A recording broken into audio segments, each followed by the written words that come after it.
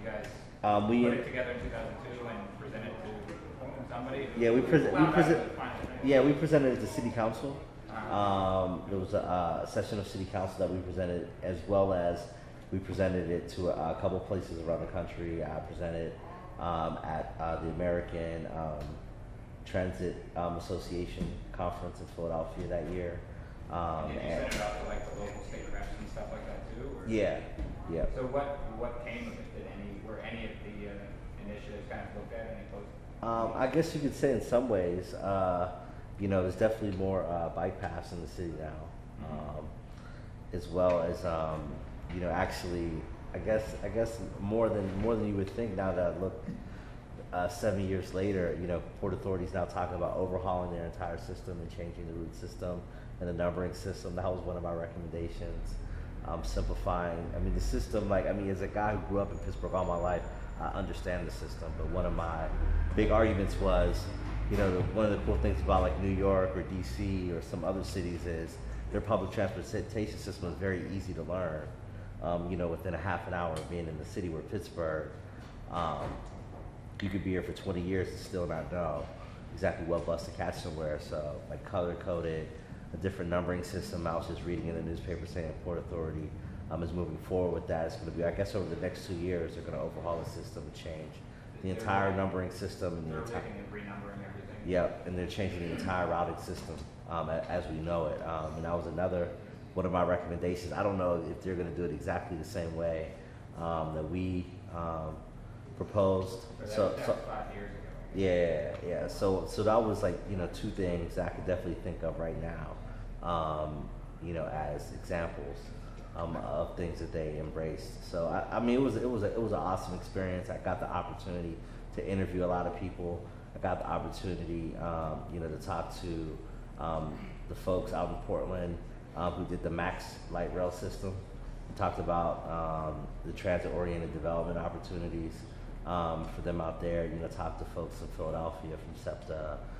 Talk to different experts. Talk to the folks from the Port Authority, and had a lot of great meetings with them, even when we disagreed, on stuff. And to really, like as a person who sometimes criticized Port Authority, it was really a whole different type of experience to be sit there with the transportation planner, the person who actually draws the bus routes, and actually have a 2-hour conversation with them on strategy and philosophy of how the bus route should work.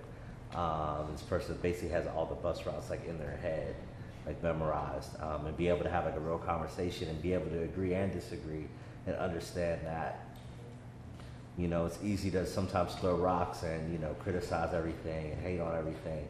But it's different, when you're in the arena, have to work with people, understand that, that person that's kind of like that faceless person when you're standing at the bus stop criticizing the Port Authority. It's like one thing, but then being face to face with like a real person who's a human being, it gives you a different level of perspective and understanding, okay, this is a real guy. Like he's not some evil person in a booth trying to make my life more miserable by making the bus 15 minutes late. It's like an actual person who has like thousands of considerations in creating the system. So, that's one thing that I really, will lift up. And also the opportunity to present, in front of City Council, being again able to, actually, be empowered to give recommendations and give advice, to a group of decision makers. Just personally in my leadership development, that was huge. As well as I think that, that maybe someone actually did take heed, many years later, maybe somebody did jump on the website. We look at, the huge growth of bike paths, since we did that and meeting with, the folks who were really doing a lot of advocacy around bikes and things and really understanding so much more about an issue. When I first went into it, I thought I kind of knew what the end was going to be because I was passionate about transit, really about light rail, but then I learned about like the other modes of transportation and even, got more respect and appreciation for the bus system, which I was kind of down on when I started the project. So, I think it's a great opportunity. Obviously, I'm a big fan of Bill Peduto.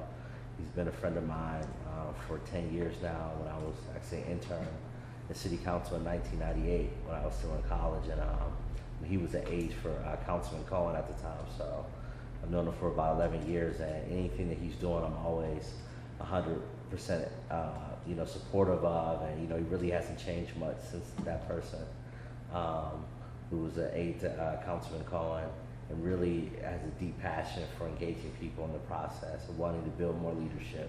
And that's definitely an area where me and him agree that we need more folks engaged. If there's no other reason, you know what I mean. If you don't do it, not to be crude, but like the jackass down the street is going to be the one pulling the levers and pushing the buttons. And, we have too many jackasses down the street pushing buttons and pulling levers, and we need more thoughtful minded people with integrity, with the leadership, with the greater good at heart. If that's the only reason, that's like, the most important reason, because, we need more leadership. Well, what I'm going to say pales in comparison, but I will just say, so the same year that Kahari laid out recommendations around transportation, the woman who looked at the arts and community development did a couple of things. She recommended that we needed a better, more aggressive public art program in this city.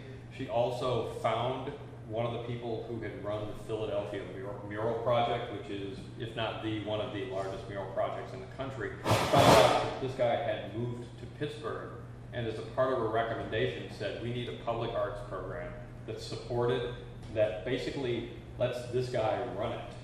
And the Sprout Fund was actually founded shortly thereafter, after Kahari and Darcy gave their presentation to council. Some of the funders in the community were really dug the idea, were amazed that somebody was here who actually wasn't just a best practice, but actually could run the program here that he had run in Philadelphia, and it all worked pretty groovy. So I was making that fuzzy noise, that was me.